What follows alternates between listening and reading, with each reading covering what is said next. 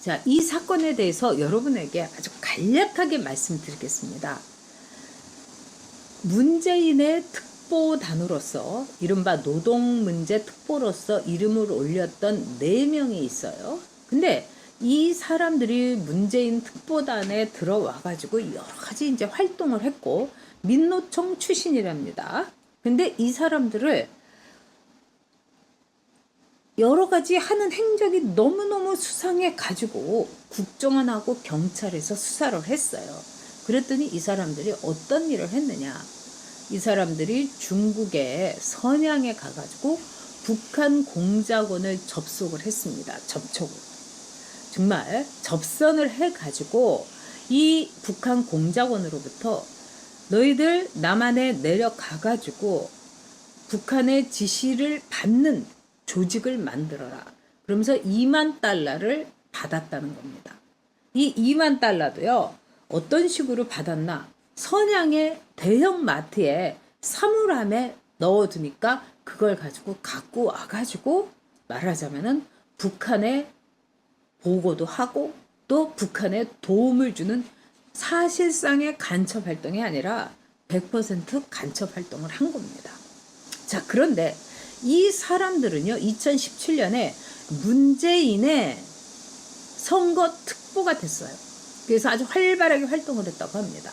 그래서 이자들에 대해서 하다못해 박지원이가 뭐라고 했냐, 철저히 수사를 해야 될 사안이다, 이렇게 얘기를 한 거예요. 그러면 박지원이가 철저히 수사를 할 거면 문재인을 수사를 해야 되는 겁니다. 너 어떻게 해서 이런 간첩들이 너희 특보에 있을 수 있냐? 근데 두 번째, 이 간첩들이 열심히 활동했던 건 뭐냐면 미국으로부터 도입하기로 했던 스텔스기 F-35 이거를 도입하는 반대 운동을 기를 쓰고 한 겁니다. 왜? 북한이 스텔스기, 여러분도 아시다시피 정찰기, 가공할 만한 능력을 가지고 있죠. 그러니까 그거를 북한이 제일 싫어한 겁니다. 그러니까 이른바 좌파들을 똘똘똘똘 다 뭉쳐가지고 F-35 스텔스기 도입하지 말라고 온 세상을 뒤집어 엎어놨지 않습니까? 말 그대로 100% 간첩 활동을 한 겁니다. 자, 여기에 대해서 이제 제가 보기에는 국민의힘의 대선 주자들도 이야기를 많이 해야 되는데 제대로 얘기한 거는 지금 현재로는 윤석열밖에 없습니다. 윤석열이 뭐라고 했느냐. 이 문특보단의 일원으로서 조직적으로 간첩 활동을 했다. 그러면 이건 중대한 사안이다. 문재인이 해명해야 된다. 이건 오랜만에 정말 그동안의 캠프가 능력이 어쩌든 뭐 말이 많았는데 제대로 캠프 역할을 했다. 그리고 문재인도 이 문제에 대해서 반드시 해명해야 된다 하면서 정말 당연한 얘기지만은 그 얘기를 유일하게 말하자면은 윤석열 캠프에서 했다. 이런 생각이 듭니다. 자, 근데 이 사람들이요, 어떤 식으로 활동을 했는지 중국에 갔습니다. 그래가지고 북한의 공작원을 만나가지고 예를 들자면 택시 안에서도 접선을 하고 그 다음에 사람이 아주 많은 야외 식당 그리고 중국의 스타벅스 이런 데서 접선을 했다는 겁니다. 이거 우리가 뭐 간첩 영화라든가 무슨 뭐 에이전트 나오는 뭐 수사 영화 같은 데 보면 꼭 접선하고 이러면 사람들이 아주 많은 데서 스치듯이 접선하지 않습니까? 그 다음에 막 야외 테라스에서 뭐 이 접선을 하고 딱 그 수법입니다. 그러면서 이 이메일 문건이라든가 뭐 엄청나게 북한의 지령을 받은 정말 빼도 박도 못할 이 자료가 있었다는 겁니다. 그러니까 박지원의 국정원이 박선원이 기조실장으로 있는 국정원이 이 사람들을 재판에 넘긴 거 아니겠습니까? 여기서 제일 중요한 거는 여러분 핵심은 이겁니다. 이자들이 문재인의 특보였다는 거. 두 번째, 민주당의 외교 전문 중진 의원들과 접속했다는 거. 세 번째, 북한의 스텔스 35기, 북한이 제일 부들부들 떨던 이거를 못 들여오는 활동을 어마어마하게 했다는 겁니다. 자, 그런데 여러분 더 중요한 게 있습니다.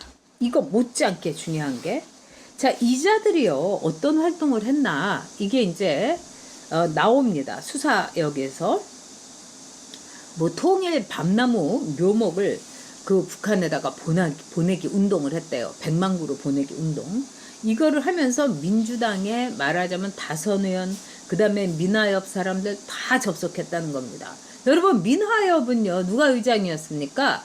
김홍거리가 의장이었어요. 그러니까 DJ계 쫙 같이 엮을 수가 있는 거죠. 이거는 여러분 어마어마한 겁니다. 거기다가요, 김정은의 답방 추진 운동, 막 꽃을 흔들면서 발광하고 발악했던 것들, 바로 이 사람들이 뒤에서 다 조종한 거라고 볼 수 있죠. 자, 세 번째는 뭐냐면 DMZ에서 인간띠 입기 운동도 했다는 거예요. 근데 제일 중요한 게 뭐냐, 21대 총선에 참여했다. 소름 쫙 끼치지 않습니까, 여러분? 이 사람들이 21대 총선에 말하자면 어떤 식으로 북한의 지령을 받고 역할을 했을까? 너무너무 소름 끼칩니다, 여러분. 자, 이거는요, 국가의 중체대한 사안입니다. 문재인은 여기에 대해서 답을 해야 되는 거예요. 더구나 21대 총선이면 4.15 총선에 이자들이 제2, 제3의 드루킹 역할을 했다는 거 아니겠습니까, 여러분? 어떤 식으로 4.15 총선에 이 간첩들이 역할을 하고, 말하자면 북한의 지시를 받고 그거를 수령하고 행동으로 옮기고 보고를 하고, 이게 다 문서라든가 이메일로 확보가 돼 있다는 거 아닙니까? 지금 이제 이자들이 변호사를 선임했는데 이 변호사도 다 이제 불구죽죽한 변호사겠죠. 근데 이 변호사가 얘기하는 게 중국에 아이를 유학을 보내고 있기 때문에 그 아이 유학차 지인을 만나러 간 것뿐이다. 근데 지인을 만나러 가는데 이렇게 공작원하고 접속을 하고 이런 활동을 하고 갔다 와가지고 F-35 스텔스기 지 애를 그러면은 무슨 F-35 스텔스기에 미끼로 삼았다는 겁니까? 말도 안 되는 거죠. 거기다가 또 정말 자녀 유학에 관련된 사람을 만났는데 우연히 만나고 보니까 북한 공작원이었다는 얘기 아닙니까? 이게 말이 됩니까? 변호사도 할 말이 없는 것 같습니다. 거기다가 왜 북한 공작원을 접선을 했으면은 공개된 장소에서 했겠냐? 비밀리에 했겠지. 이 사람은 영화도 안 보고 드라마도 안 보나 봐요. 다 공작원들, 에이전트들 다 여러분 아시는 것처럼 사람 많은 데서 쫙 접선하고 그러지 않습니까? 자, 이거는 뭐 우리가 뭐 여러 말 할 거 없습니다, 여러분. 문재인에게 네가 데리고 있던 특보 4명이 간첩으로 밝혀졌는데 여기에 대해서 네 입장을 밝혀라. 확실하게 밝혀야 됩니다. 그리고 국민의힘의 모든 대선 주자들은 이 문제에 대해서 청와대 앞에서 쫙 모여가지고 문재인에게 답변을 촉구해야 됩니다. 제가 볼 때는 이거는 드루킹을 넘어가는 최대의 문재인의 말하자면 종북행위, 친북 스캔들이 아닌가 이렇게 생각이 됩니다. 문 특보단 간첩, 알고 그 간첩으로 이루어진 특보단, 그리고 이 사람들 민노총 출신입니다. 문재인과 민노총은 여기에 대해서 당장 해명해야 됩니다.